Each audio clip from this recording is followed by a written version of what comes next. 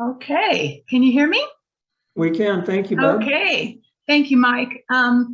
Yes, there's been this little rumor going around that the Democratic Party of Sumter County is going to the dogs, but hey, I have to admit, it's just there's a little bit of truth to it, but only in a good way.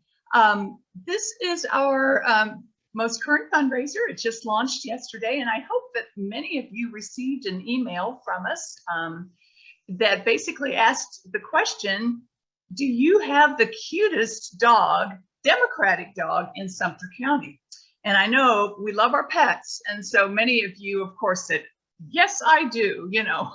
So we have a little bit of a contest that we're launching, and we are very excited about this.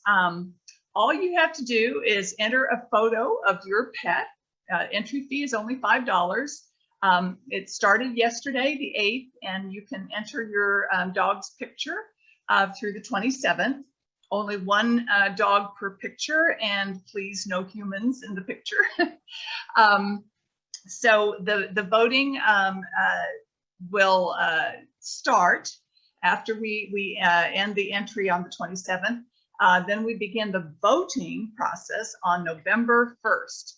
And that ends the 19th. Now, there's no such thing as voter fraud here. We can vote often, we can vote as many times as you like, and so forth. So we can't, it's not like the real election where, you know, we have one vote, one person. We have $1 for each vote.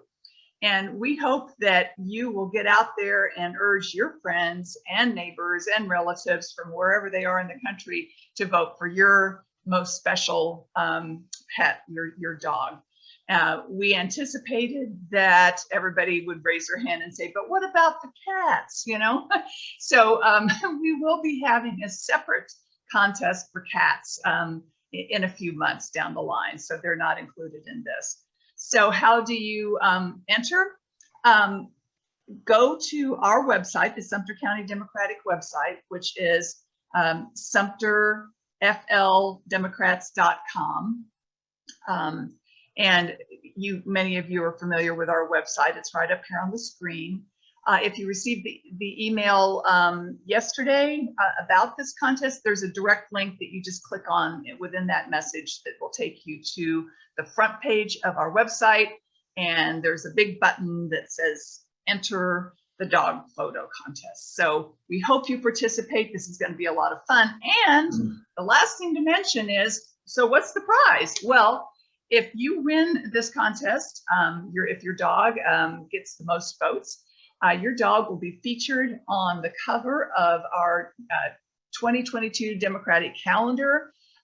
We will also have the runners-up on each page of the calendar. And, you know, that's pretty exciting. And the calendar is also going to have some really neat Democratic stuff in it as well. So that's my pitch. And thank you so much for giving me the opportunity to speak about this today. So I just have a question for Barb Deeker about the contest. Is there a way that you can post that on social media so we can share? Dee, yes, we will be posting the little ad, if you will, the flyer on our Facebook.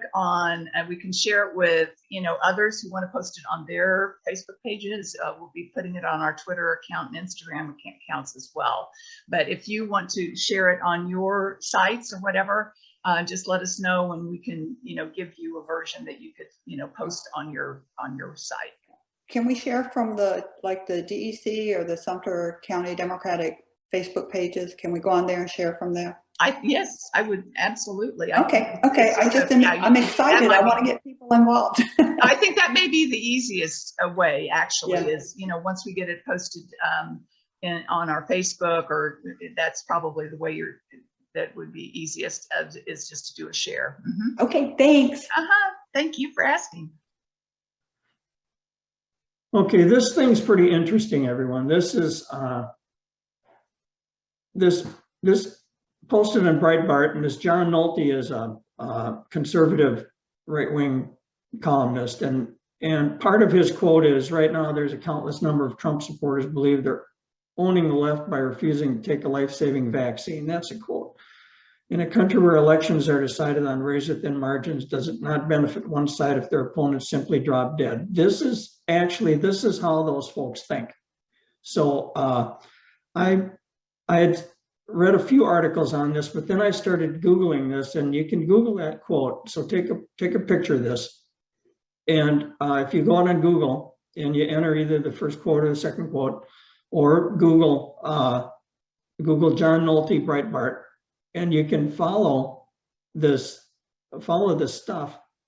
And it's like, it's just bizarre to me as their thought process. But anyway, they kind of do make you go, This was overheard at the Villages Dog Park. And, before I broke my ankle, I golfed with a golf group that was totally all Republican except for me. In fact, out of a group of 16, I was the only Democrat. But I'd hear this stuff all the time, and so it doesn't surprise me. But I think that Fauci's response is pretty good. That I've heard stuff where that he actually spent money over there, and I'm not sure he was in the position to do that. So anyway,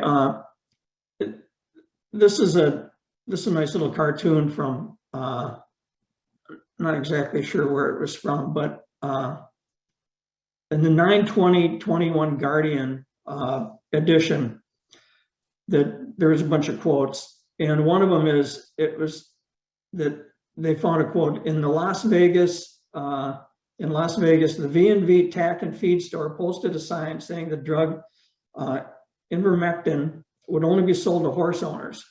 And in all caps, it says, must show a picture of you and your horse.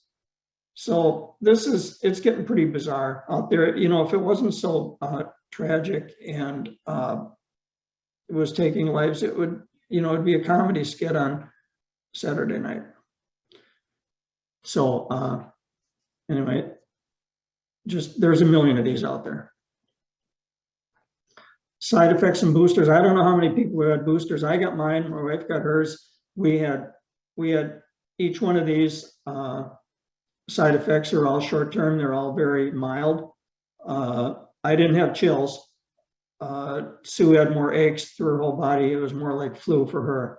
But, a little bit of injection site pain, a little tired, a little bit of a headache, not much muscle pain for me, but Sue had it. So these are short term. They're mild. And I don't know why you'd spend money. I don't know why any states would spend money for preferring to buy treatments versus getting the shot. So, but I shake my head a lot on this stuff lately.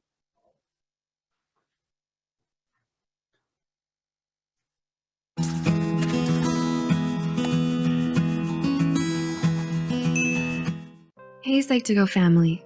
Before we get started on today's video, we at Psych2Go want to wish everyone safety and health during the outbreak of COVID-19. Stay strong. We're here for you. Over the past few weeks, the feeling of uncertainty of the future has caused many people to feel anxious.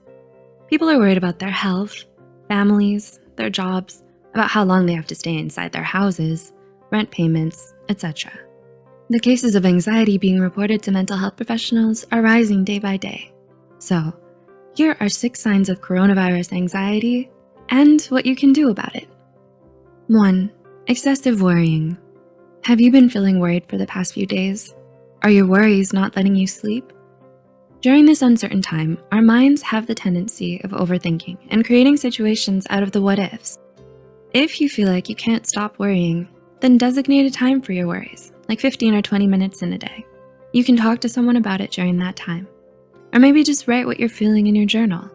Make sure to take time to unplug from your social media platforms and make sure to spend some time without constantly checking the news. Number 2, hopelessness. It might feel like everything is hopeless at this time. You might feel like this whole big chaos might never end. Or maybe you were looking forward to something for a long time and it's been canceled. Or maybe you were finally feeling better and then this pandemic happened and now you're feeling lost again. These feelings of disappointment are normal and you don't have to ignore them.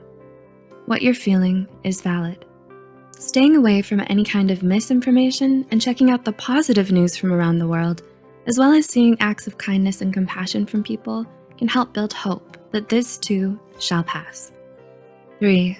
A faster heart rate. Stress may also cause your heart to beat fast.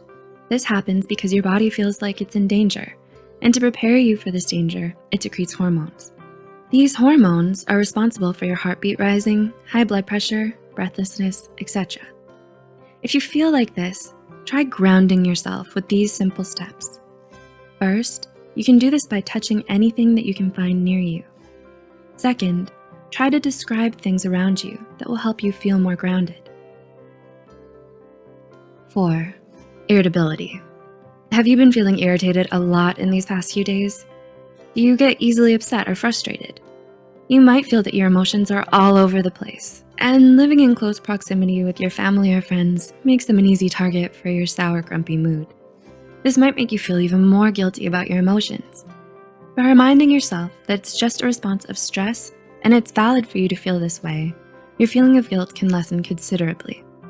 If you're an introvert and are living with others, then there's a likelihood that your feelings of irritability could also be because of not getting enough alone time. Remember, you're allowed to take space, as it's an important part of your self-care. 5. Restlessness. Do you feel like you're always on edge? Are you having a difficult time staying still or relaxing? Maybe you feel like you always have to keep on checking the news all the time, so it would be better for you to take a break from the news or limit your consumption. Occupy your mind with something else, like making a new recipe, painting, reading a book, watching movies, or chatting with your friends. 6. Fatigue. Feeling tired most of the time is a common symptom of anxiety. If you feel tired easily, then it would be a good idea to engage in activities that energize you.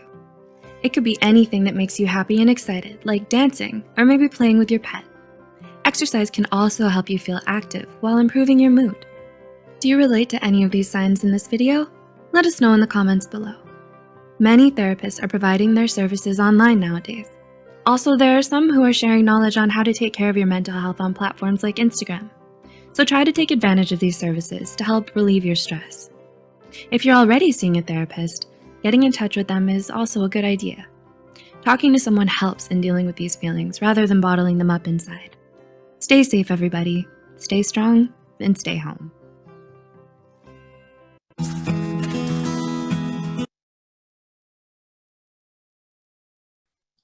The Marion County Democrats, they have a focus group project going on. It's create messaging to motivate young voters, get NPAs to vote for Democrats, and motivate Hispanics to vote for Democrats. And there's a contact information there. Volunteers are needed as with all this. So please take a picture of this if you're interested. I know there must be some Marion folks online. So thanks for that. Lake County, is anyone from Lake County here from the Lake County Democrats want to say a little word about this? Is anyone here?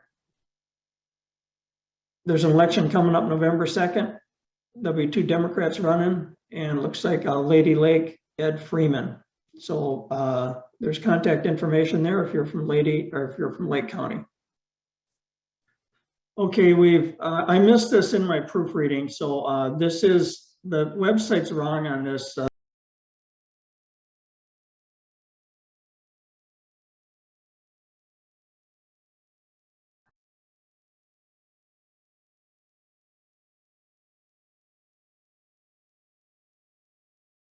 So I'm just going to kind of switch modes here and go to something a little bit lighter, a little bit closer to home, and kind of quickly go over the problem we have in Florida here with these algae blooms. And I realized that at one point I didn't exactly know what an algae bloom really was. And I kind of looked it up a little bit, and basically it's just an excessive growth of algae. And most of the algae blooms are good and they're beneficial because they're tiny plants that are food for the animals. But there is a percentage, it's a small percentage, but it's still too high of algae that is harmful algae. They're referred to as HAB or red tide. And the red tide caused a lot of harmful effects. You know, some of them are blocking sunlight from reaching other organisms, causing a depletion of oxygen levels in the water, secreting toxins into the water. It can even injure animals, lead to fish die-offs, cities having to cut off water to residents, states closing fisheries. It can cause illness and death in humans if they're bad enough. And one of the most well-known harmful algae blooms is the Florida red tide, caused by a type of algae that produces a potent neurotoxin, and it kills iconic marine wildlife, impairs our beaches, and it makes people sick. So what causes it? Basically, around this area, it's the phosphorus and the nitrogen in our fertilizer. When plants around here receive fertilizer, if they are over fertilized, anything the plant doesn't use goes into the waterways, and then the algae blooms are created. The challenge for us Floridians is to not use any more fertilizer than the plants would use, and use it in such a way that the plant will absorb it. And so how bad is it in Florida with the algae blooms? Pretty bad. The Ocean Conservancy calls the algae blooms in Florida a crisis. In 2018, the red tide was so bad it killed an unprecedented number of fish and wildlife and prompted a state of emergency. Scientists at the National Ocean Service have been monitoring and studying this phenomenon for a number of years to determine how to detect and forecast the location of the blooms. The goal is to give communities advance warning so they can adequately plan for and deal with the adverse environmental and health effects. And I have this chart up here, and it's kind of hard to read, but it basically summarizes the human and marine impacts. For instance, red tides can create dead zones that are too low in oxygen to support most marine life. The right side of the chart recommends 2 actions, which are restoring shellfish beds and monitoring and research to track and forecast the red tides. So at the county and city level, there are fertilizer ordinances to help protect the waters. These are just guiding laws that fertilizer companies, applicators, and citizens have to follow. Not all city and county ordinances are up to date and as effective as they should be. As of 2017, all springs-based areas are required to comply with the Florida Springs and Aquifer Protection Act. 24 of 30 springs have been found to have excess levels of nitrogen pollution, particularly nitrate.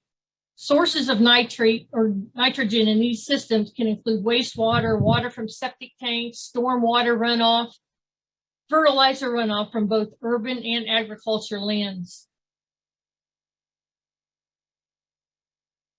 So here is an example of fertilizer ordinance requirements. This one's from Lake County.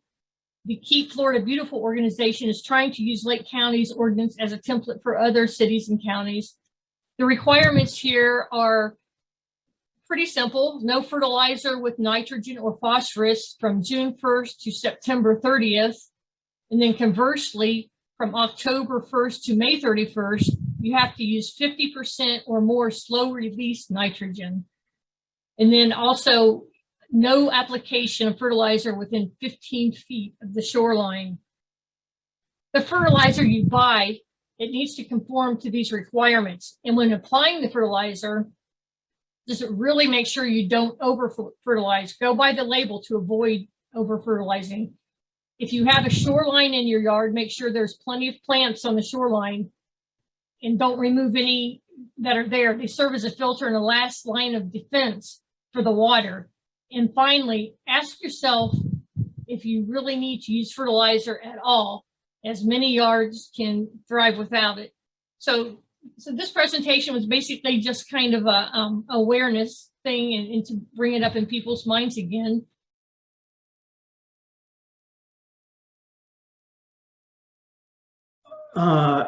Everyone, please remember, these presentations take a team to put together. Thanks to Marsha, our speaker for this month, Amy for putting the presentation together, Rick and Andy for Rick and Andy and Dennis, Rick for running the Zoom, setting things up, monitoring, moderating.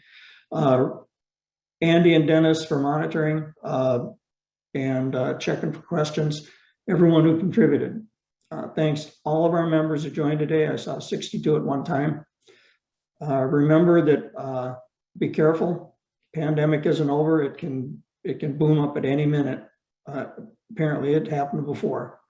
And so when the boosters become available, please get them, wear masks, and we'll see you all next month. Thanks a million for joining today.